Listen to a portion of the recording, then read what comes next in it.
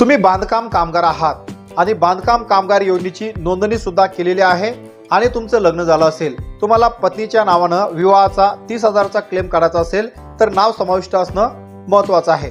मग आता नाव समाविष्ट कसं करायचं या व्हिडिओमध्ये संपूर्ण स्टेप बाय स्टेप माहिती तुम्हाला मी सांगणार आहे।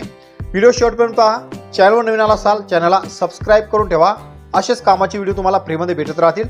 तर चला मित्रांनो व्हिडिओ सुरू करूया। आता बांधकाम कामगार नोंदणीत पत्नी किंवा पहिल्या 2 पाल्यांचं नाव अपडेट करता येत आहे। जर नोंदणी करताना नाव राहिलं असेल किंवा चुकीची माहिती भरली गेली असेल तर ती दुरुस्त करण्याची सुविधा उपलब्ध करण्यात आलेली आहे। आता नाव समाविष्ट करायचं कसं? सर्वप्रथम बांधकाम या पोर्टलवर जायचं आहे। त्या ठिकाणी ऑनलाईन अपडेट रजिस्ट्रेशन हा पर्याय तुम्हाला दिसेल, त्या पर्यायावर तुम्हाला क्लिक करायचं आहे। तेथे संपूर्ण माहिती व्यवस्थित भरायची आहे, जसं की तुमचं आधार कार्ड टाकायचं आहे, तुमचा मोबाईल नंबर टाकायचा आहे आणि खाली कॅप्चा कोड येईल, तो कॅप्चा कोड त्या ठिकाणी भरायचा आहे आणि लॉग इन या बटनावर क्लिक करायचं आहे।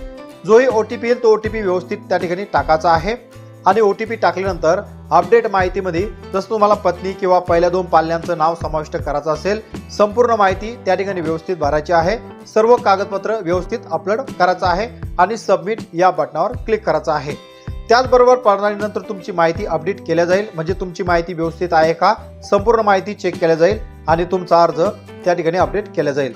आता माहिती अपडेट करण्यासाठी कागदपत्र सुद्धा लागतील, तर त्या ठिकाणी तुमचं आधार कार्ड लागेल, तुमच्या पत्नीचं नाव समाविष्ट करायचं असेल तर विवाह प्रमाणपत्र लागेल, तुमच्या मुलींचं नाव समाविष्ट करायचं असेल तर जन्माचा दाखला हा अनिवार्य करण्यात आलेला आहे।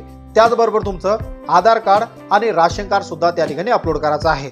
अशा प्रकारे तुम्ही घरबसल्या नाव अपडेट करू शकता आणि एकदा तुमची माहिती त्या ठिकाणी अपडेट झाली तर सर्व प्रकारची क्लेम तुम्ही त्या ठिकाणी घेऊ शकता। तर मित्रांनो, ही माहिती प्रत्येक कामगारापर्यंत नक्की शेअर करा आणि अशा सरकारी योजनेच्या अपडेटसाठी आपल्या पेजला आत्ताच फॉलो करून घ्या। हा व्हिडिओ तुम्ही YouTube चॅनलवर पाहत असाल तर चॅनल सुद्धा नक्कीच सबस्क्राइब करून घ्या।